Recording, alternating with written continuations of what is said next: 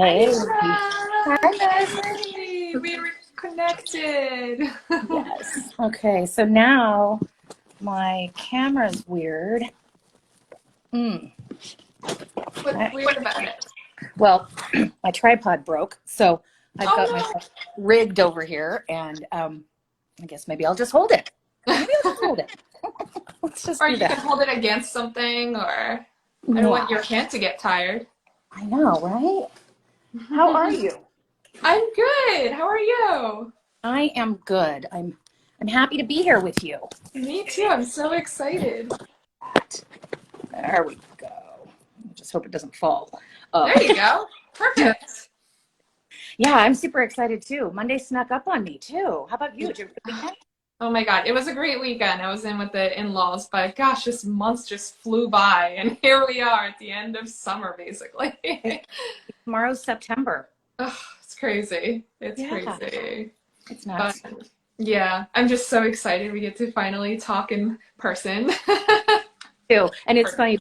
I was, getting ready, and so I'm diffusing some stress away. Ooh. I actually have my little inhaler that I won with you. A little whiff of that, and I was like, and so I'm like, everything's good, ready to roll, ready to roll. Nice. All right, so we'll get started at 2 p.m. exactly. Great. It's 1:59. I don't know how many seconds. I guess we could start. It's Yes, only we a minute early. can. And yeah, since this will be recorded, we don't really need to wait for more people to join. So yeah, let's get rolling. Okay, so my name is Jasmine, for those that'll be watching this later. I'm the co-founder of Madison and Green and also a clinical aromatherapist. And welcome to the episode 2 of my IGTV Live conversation series with wellness experts. Today's guest is Dana Race. She is a Feng Shui expert and a spiritual life coach based in San Diego, California. Thank you so much for joining. And yeah, so today's topic's about Feng Shui and how it can help you, how you can incorporate it in your life, and hopefully you can share some tips for all of us. So I'm gonna hand the microphone to you. Can you first share what you do, what is the practice like, and what attracted you to Feng Shui? Maybe a little bit of your background. That would Sure. be great. Yeah, absolutely. So, Jasmine, I've been a feng shui consultant since 1999. And my path to get there, a little odd. I was a manager at Starbucks, which I loved. And I was a trainer, which I loved. And I got bilateral carpal tunnel, which I did not love. Mm-hmm. And I ended up having to go out on work comp for several months, actually. Mm-hmm.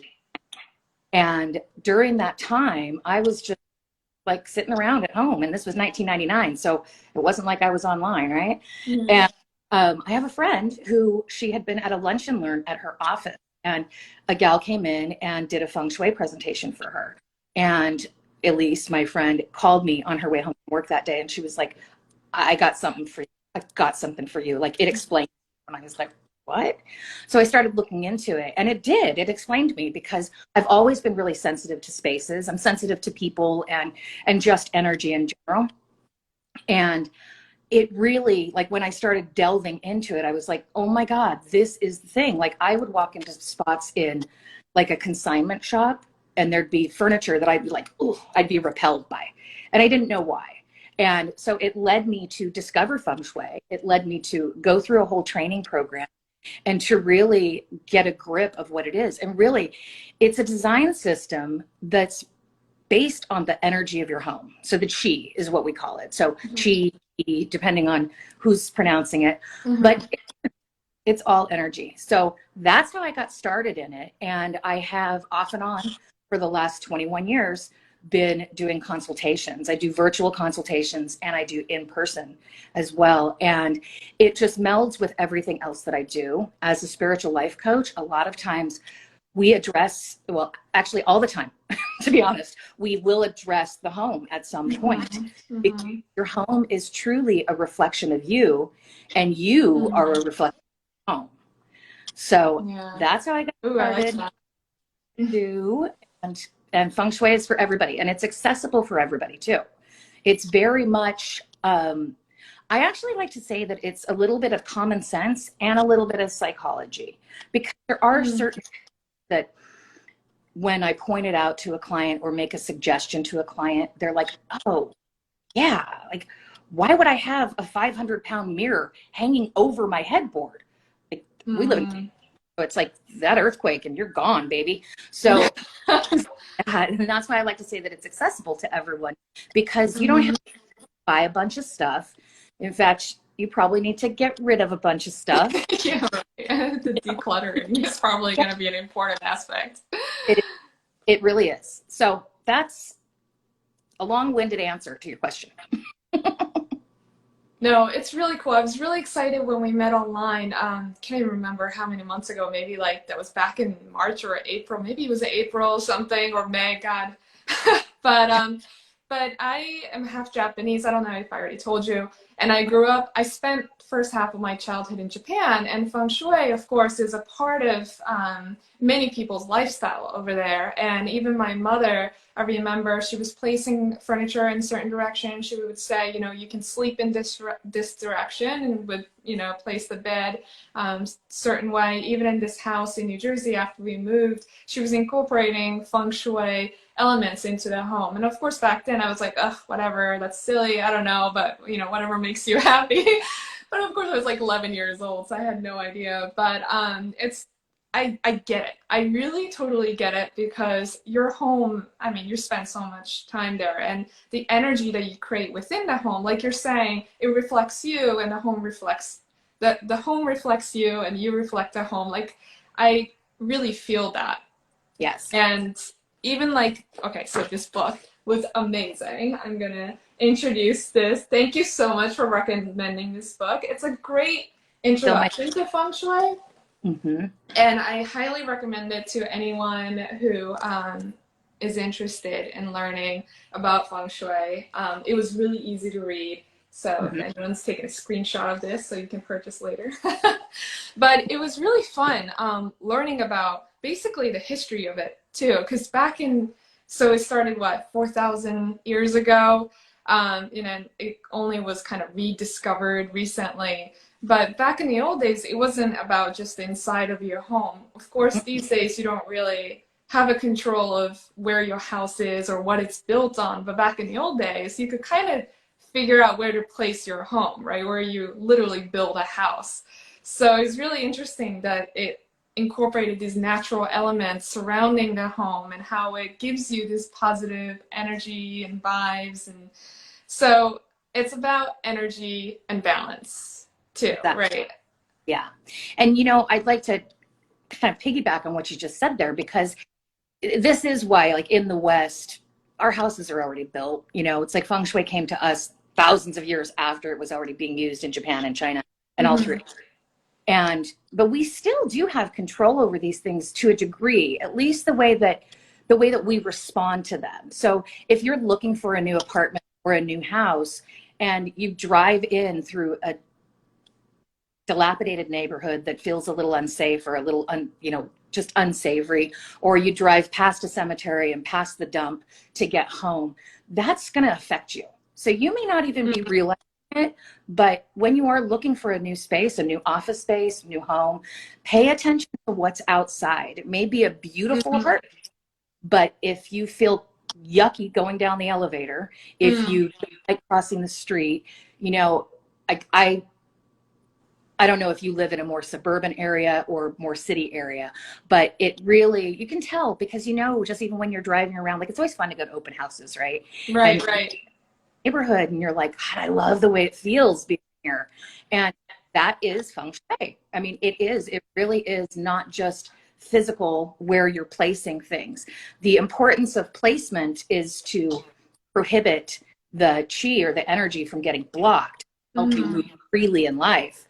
But so even though we're kind of pigeonholed that all of our buildings are already built, we still can select and pay attention to what's going on in the environment and the way to get there, because it all adds up. That's the thing. like there's a title Feng Shui to it, but it's something we experience and use, right? Like we kind of trust our intuition. And I think it was in this book that there's like a law of like 6 things or something that you need to follow. And one of them was trust your intuition. Yeah.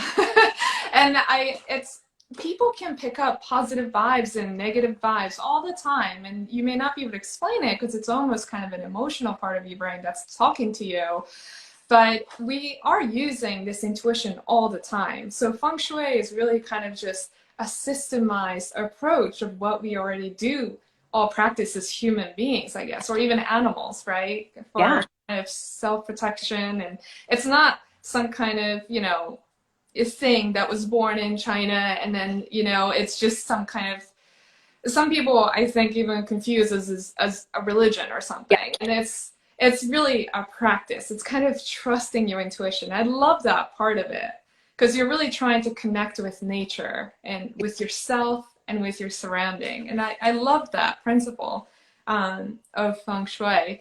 Yeah. Um, yeah, so like even so I actually did a little like a drawing of the home. Like I have all this map that I Oh, made you did the bagua? totally out of scale of my apartment in New York.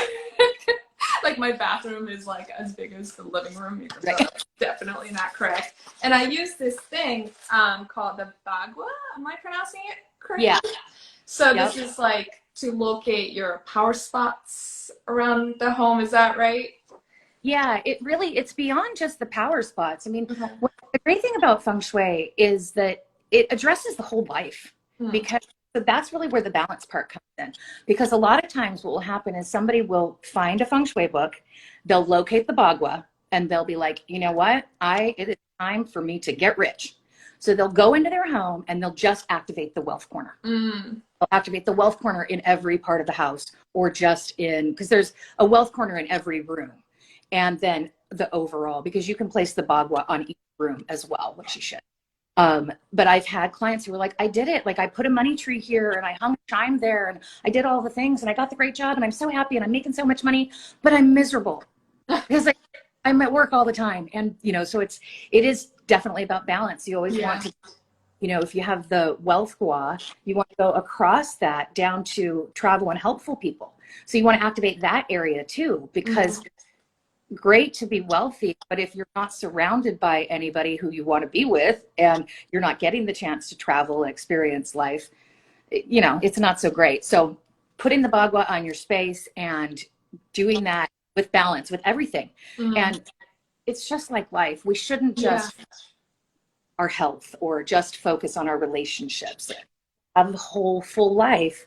There's those 9 areas and the bagua has them all in there. Mm. So it's placed in the house. Yeah, fame, wealth, family, knowledge, career, hopeful people, children, and relationship. I mean, like you said, it's true. Everything's about balance and in nature or in this world, and it's a great tool to remind yourself of that too. It's not just about, okay, let's rearrange the furniture to bring in Yeah. more luck. It's kind of a time you can reflect on yourself and your life, I found. So it's really interesting tool. It really Yeah. is. Right. So I think people want to hear like quick fixes or tips, for their homes. Like, okay, how do we get even started? Like, is there, a thing you can share that anybody can do? I think we mentioned decluttering. I think that's a big deal. Marie Kondo, kind of made it. It's so big. Yeah. And, part of our theme here was anxiety, right? Like how to conquer anxiety. And that old statement, where the eye goes, energy flows, is totally true. And going back on following your intuition, Feng Shui does help you become more sensitive to spaces and to being able to read and feel what's going on. But the clutter is so big, because if you have a pile of laundry over in the corner, and it may be in the corner, it's not in your path, you don't walk past it, so you're thinking that's not blocking my chi, but it is, because every time you go by, your eye goes to that, and then you're like, oh crud, I need to do laundry and I need laundry detergent and blah, blah, blah, blah. So then this whole conversation goes on that you're not really even aware of. So that's just stripping energy. Mm. clutter is it's a great symbol of procrastination. Mm-hmm. So typically when one has a lot of clutter, they don't want to do things. They want to do them once they have to, but they don't want to do them in advance. Clutter also carries a lot of memories. Mm-hmm. So clearing out clutter and some, let me even go back a little bit, not necessarily even just clutter, but organization. You know, organized space helps create an organized mind. And now we're working from home, most of us. And so if you're sitting there, like I'm in my living room and I look over and I see my kitchen and I see a beautiful money tree. And then over here, I look over and I see the trees outside. And so, I'm situated well. I could be flipped around the other way, staring at a wall and having the door to my back, which would be terrible. Mm-hmm. I agree with that. So clearing the clutter with intention. And the biggest thing, Feng Shui is also very much about intention. So when you're going to clear something out, like say you have a hall closet that has all kinds of boots and coats and a vacuum and junk that gets in there because you shove it in before the neighbors come. That closet, you're going to want to address it, but really think about it. Like, what's its purpose? Its purpose is to hold the coats and the boots, maybe the vacuum in the garage. And when you organize, when you take things out, having it in your mind, what do I want this space to be like after I've done? Mm-hmm. Reason being, you could clear that closet completely out. You could take everything out of it. 2 weeks later, open that closet and it's going to be all full of junk again. So being mindful about what you do. So clearing the clutter, it's like the buzz phrase, but it has so much power. And it's so my jam, because really it's like clearing our mental clutter, clearing the clutter computer, and clearing the clutter within our space. Now, one of the other things that is super important, anybody can do it, they can do it today. Your front door. Pay special attention to the front door, to your entry.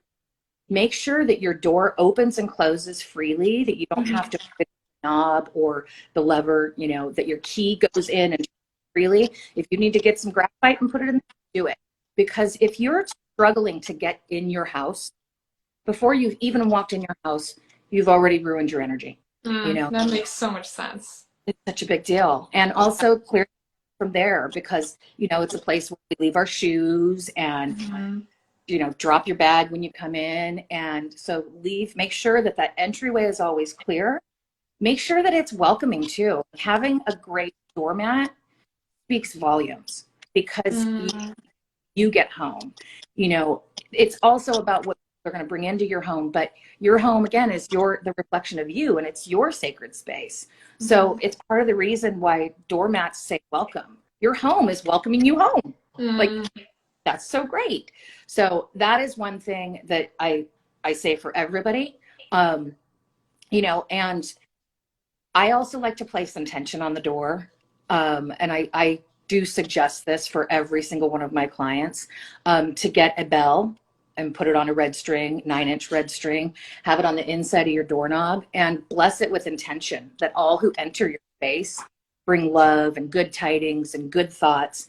And so you're setting that intention and you're getting that going, but it also offers an extra little security because you hear that bell if somebody comes in. And it becomes like subliminal, but it's super helpful. So that is something that everyone can do for sure. And, it's so big to just make sure that all your lights work. Have any electrical things that aren't working, the systems in our home, they relate to the systems in our body. So, and keeping the hallways clear, that relates to our arteries and our blood system, circulatory. So just learning a little bit can really be, as you just saw, can be like really inspiring because you're like, this is stuff I can do. And one thing that oftentimes when I do virtual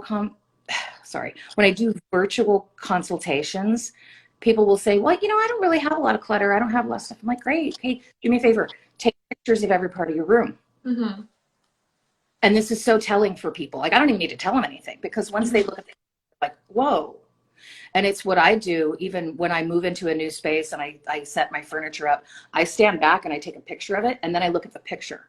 And I'll see things in the picture that I don't notice in real time. That's so interesting because we're kind of like ignoring it without even knowing, right? We're just Exactly. blocking it out, basically creating blockages that Yeah. we're unaware of, and Yeah. blockages of energy. So like you're saying, the light switches and the plumbing system to be all working properly. I mean, we're talking about just having no blockages Yeah. physically in your surroundings so that and not only, water can flow smoothly, but so can the energy. And it's so true. Probably, even if you're thinking, oh, I'll take care of it later, or, this is not a big deal, this can wait until next month, it's probably in the back of your mind all the time. Like, oh, there's that problem, right? That little sink is, it's always dripping a tiny bit of water. I'll take care of it later, but it's bothering you. And it's probably weighing your positive energy down, right?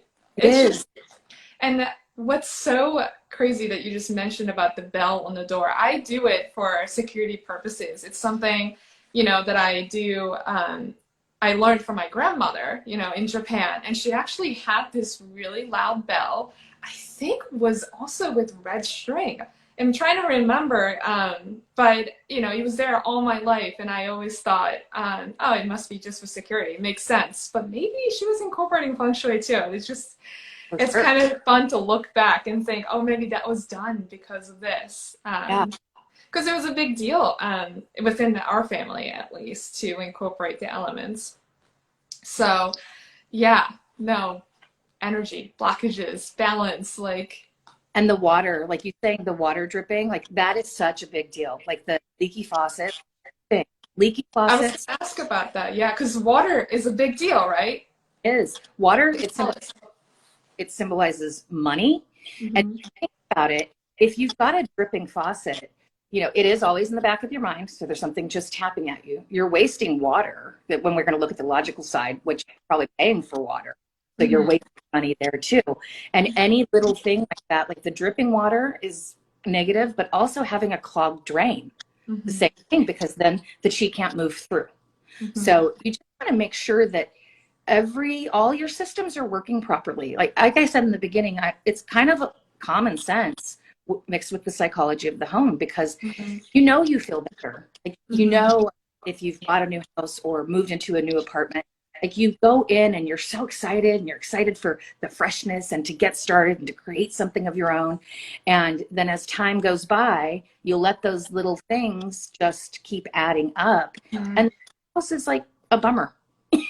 Right, And right. okay, yeah. So it's like being proactive and just taking the action. And the fun thing about feng shui is you're doing it with intention. And Mm-hmm. I think this is really important. I think that the universe listens to us. We create our futures. But I think when we're like, you know what, I'm so ready to have this that I'm even willing to my couch. Like that is like, okay, really ready for change. So, being intentional while doing the home repairs and being grateful that you have a home to do repairs on. I think that's, Right. yeah, So you said you've been practicing this for 20 plus years, 21 years, you said? yes, yep. Which kind of clients do you often do come which kind of clients come to you often that you find? Is it typically people who went through a recent, let's say, a death of a family member that just wants to change their vibes, or is there a pattern that you're seeing in your clients? Did You something know, horrible happen recently, or yeah? yeah, it varies. I will say right now, the common theme is people are starting to feel a little discouraged because they don't know what's going to happen. Mm-hmm. And people are at home right now too, so they're paying more attention Yeah. and being able to kind of plan the next step. Mm. This with a lot of my clients, that they are at that, like, life is good, but it could be better. Like maybe it could be better. All there is. Like I like more. Like I want to stir up some magic. Like that's really sort of the theme that tends to go. I've had periods of time where I was getting women who fertility was their thing. I've had clients who I rarely have had somebody bring me in for feng shui after the death of a family member, but I've had them bring me in for a space clearing. And Mm. that's a really good time with space clearing. And it's also important when you move into a new space, particularly if you're buying, anything that you can find out about the previous owners, you want to know, because that energy, it continues on. And they may have lost their job and moved into a smaller place. That's not great, but it doesn't mean that you can't clear that energy. It also gives you the opportunity to lay that bagua down and to be like, okay, what's going on here? Oh, wait, look, they're missing the career section. Like there's like hardly any there. It moves into the next. So it just knowing who was there before. And if you are missing a part, like it's not the end of the world. Things that you can do. There's remedies and cures that you can do, because intention is a big part of it. And again, this is about energy. So we know that we can control and direct energy, right? You know, with Reiki, with yoga, breath work. So it's the same thing here. Like think of your home or your office space as an extension of you. Like how you want to feel. Like you want to feel whole. You don't want to be missing. So your home probably does too. So, yeah, I don't know that I answered the question that you were asking, but I answered a bunch. No, you did answer the question. And I love that you brought up the theme of control, because right now the world is out of control and there's nothing we can do about what's happening around there. And, you know, many people are going through really tough times, but there's nothing that they can do to really, you know, if it's a business that's, you know, is the government telling you to close, you're out of control, right? And there aren't things that people can do, but with your home, you have a full control over it. You can change, right? So it's kind of like this micro control that you can have for your life to perhaps change energy somehow. And I think for that reason, I think it's another great tool, especially during this time, because a lot of things you just kind of have to give up and kind of let things happen and go with the flow. But it's hard, and it's anxiety. It can cause anxiety not to have control, right, of your life and of your tomorrow's schedule and, you know, of what's happening. So for that reason too, I think Feng Shui would be so wonderful to incorporate in people's lives right now. So speaking of anxiety, as at Medicine and Green, we make inhalers to help relieve anxiety. That's our focus. Is there a specific thing that you often find in people's homes that can cause anxiety and stress that they're unaware of, other than the placement of, or just, I don't know, of little things? I don't know. What is this question? Is there anything else that, you know, is relevant to anxiety and stress? Well, we've kind of touched on it, because being in disrepair and there being clutter, like those are things. And again, by clutter and or disorganization, because again, it is that thing that when you are organizing something, you have control over that. And so it is really helpful. And one thing that I'm seeing with a lot of my clients is, while they're feeling this out of control, they're really resisting structure right now. And I'm one of those people. Like I caught myself and I was like, what are you doing? And, you know, I'm putting structure back into my days, and it helps me feel calmer. It helps me know what's coming next. And so having some structure in place, I think, is really important. And then the releasing the things that no longer serve you.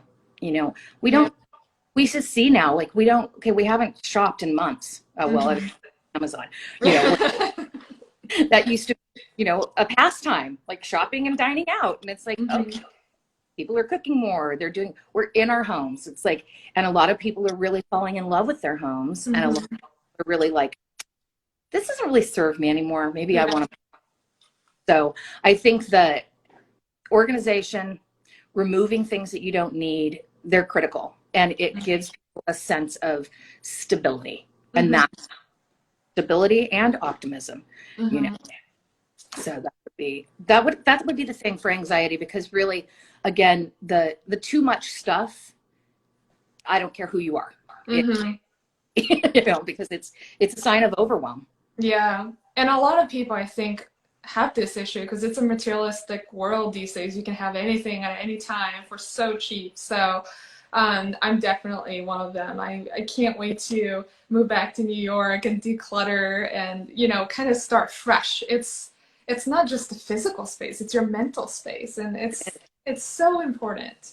And I love that you mentioned that you had a diffuser going earlier. And the fact that this book also touched on aromatherapy really excited me. So feng shui isn't just about placement of furniture, but it's also incorporating other types. I mean, I don't know if it's about it or if it was just advising that it's a good thing, but it said in this book that, you know, diffusing aromatherapy oils would be really beneficial, and so can gemstones and such.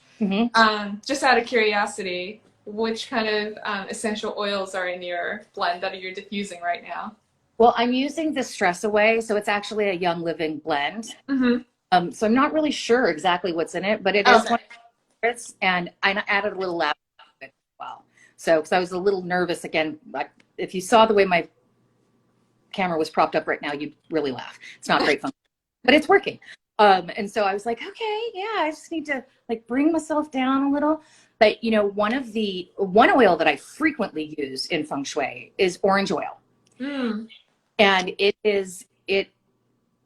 it cleanses and it purifies. And so, you know, I personally, I agree that aromatherapy is very useful in feng shui, because as we were saying, it's almost like I don't even want to call it feng shui, because it's just like creating more positive energy in your life, in your home.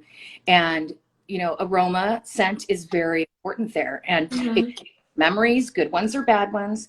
And, you know, like if you walk in the door and you're like, oh, time to clean the litter box, like that doesn't make you feel happy. But if you walk in, like, oh, fresh roses, oh, it's amazing.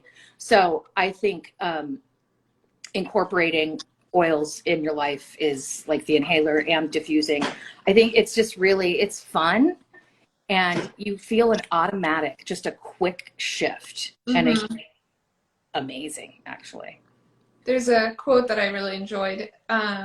Aromatherapy oils in this book. Aromatherapy oils work on the physical, emotional, and spiritual levels by allowing the bodies to absorb the scents and shifting energy. And I completely agree with that. You know, again, we're talking about energy, and essential oils can really change inner and outer energy, I believe. And I think it'd be really cool if people also incorporate essential oils. Obviously, I'm biased.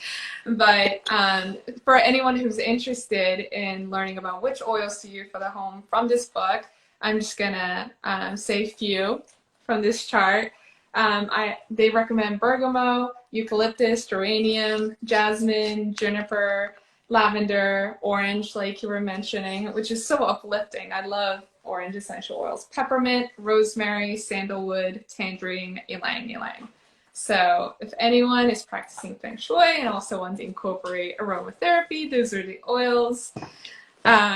So yeah, I love that, you know, all of these can come together and do multiple aspects, because essential oils are also very powerful antibacterial and antiviral as well. So it literally cleanses the air for you. So, you know, talk about good energy, good vibes. I mean, let's talk about all these viruses and bacteria as well, right?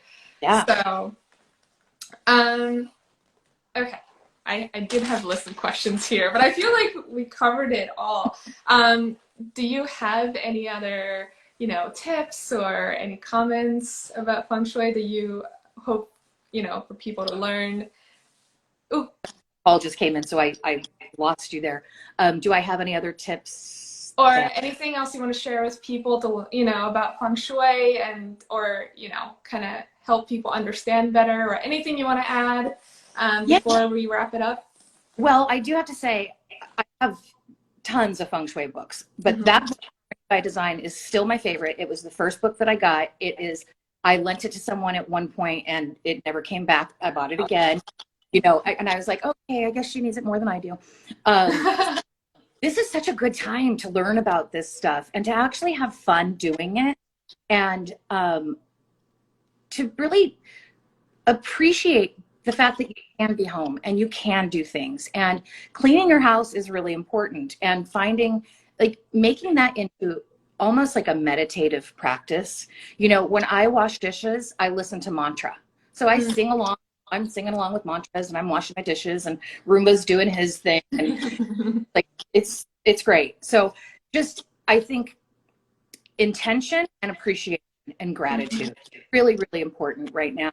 There's a lot that you can do on your own in Feng Shui, and if you have the time, like grab a book and just, you know, do what you did, like put the Bagua down on your house. It's super important, and on your office, retail space, anything like that. Feng Shui is used across the board. It's not just in homes, you know, it's in planned communities, it is in retail spaces.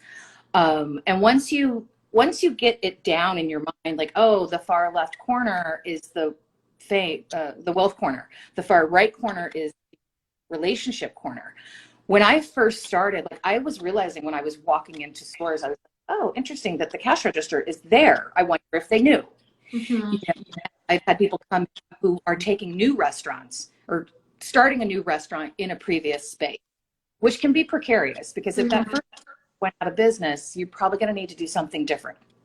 So oftentimes that's part of it, like moving the hostess station and just getting them to see, like, okay, maybe those bathrooms need to be reversed. The left should be the ladies, the right should be the man. And but just like being able to use that sense is really fun. So I encourage people really to do that. And also, as I said, I do virtual consultations.